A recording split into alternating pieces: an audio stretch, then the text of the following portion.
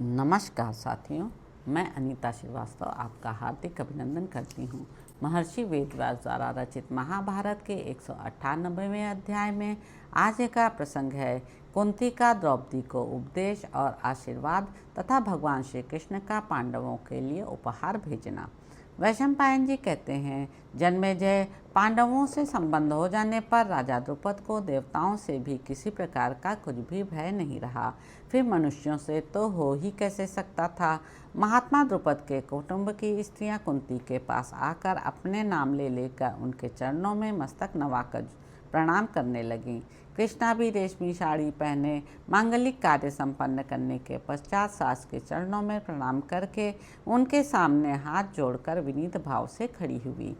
सुंदर रूप तथा उत्तम लक्षणों से संपन्न, शील और सदाचार से सुशोभित अपनी बहू द्रौपदी को सामने देख कुंती देवी उसे प्रेम पूर्वक आशीर्वाद देती हुई बोली, बेटी, जैसे इंद्राणी इंद्र में, स्वाहा अग्नि में, रोहिणी चंद्रमा में, दमयंती नल में, भद्रा कुबेर में, अरुंधति वशिष्ठ में तथा लक्ष्मी भगवान नारायण में भक्तिभाव एवं प्रेम रखती हैं, उसी प्रकार तुम भी अपने पतियों में अनुरक्त रहो।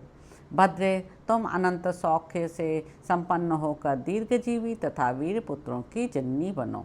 सौभाग्यशालिनी, भोग सामग्री से संपन्न, पति के साथ यज्ञ में बैठने वाली तथा पतिव्रता हो।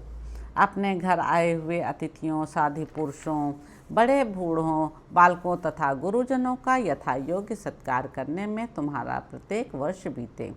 तुम्हारे प्रति कुरु जांगल देश के प्रधान प्रधान राष्ट्रों तथा नगरों के राजा हों और उनके साथ ही रानी के पद पर तुम्हारा अभिषेक हो। धर्म के प्रति तुम्हारे हृदय में स्वाभाविक स्नेह हो।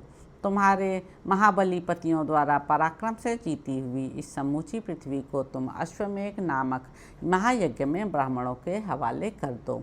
कल्याणमयी गुणवती बहू, पृथ्वी पर जितने गुणवान रत्न हैं वे सब तुम्हें प्राप्त हों और तुम 100 वर्षों तक सुखी रहो। बहू, आज तुम्हें वैवाहिक रेशमी वस्त्रों से सुशोभित देखकर जिस प्रकार मैं तुम्हारा अभिनंदन करती हूँ, उसी प्रकार जब तुम पुत्रवती होगी उस समय भी अभिनंदन करूँगी। तुम सद्गुण संपन्न हो। वैशंपायन जी कहते हैं, जन्मेजय तदंतर विवाह हो जाने पर पांडवों के लिए भगवान श्री कृष्ण ने वैदूर्य मणि जटित सोने के बहुत से आभूषण, बहुमूल्य वस्त्र, अनेक देशों के बने हुए कोमल स्पर्श वाले कंबल, मृगचर्म, सुंदर रत्न, संज्ञाएँ, आसन, भांति भांति के बड़े बड़े वाहन तथा वैदूर्य और वज्रमणि से खचित सैकड़ों बर्तन भेंट के तौर पर भेजे।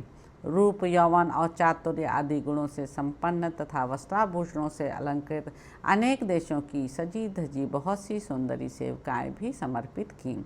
इसके सिवा अमेयात्मा मधुसूदन ने सुशिक्षित और वश में रहने वाले अच्छी जाति के हाथी, गहनों से सजे हुए उत्तम घोड़े, चमकते हुए सोने के पत्रों से सुशोभित और सधे हुए घोड़ों से युक्त बहुत से सुंदर रत्न, करोड़ों स्वर्ण मुद्राएं तथा पंक्ति में रखी हुई सुवर्ण की ढेरियां उनके लिए भेजीं।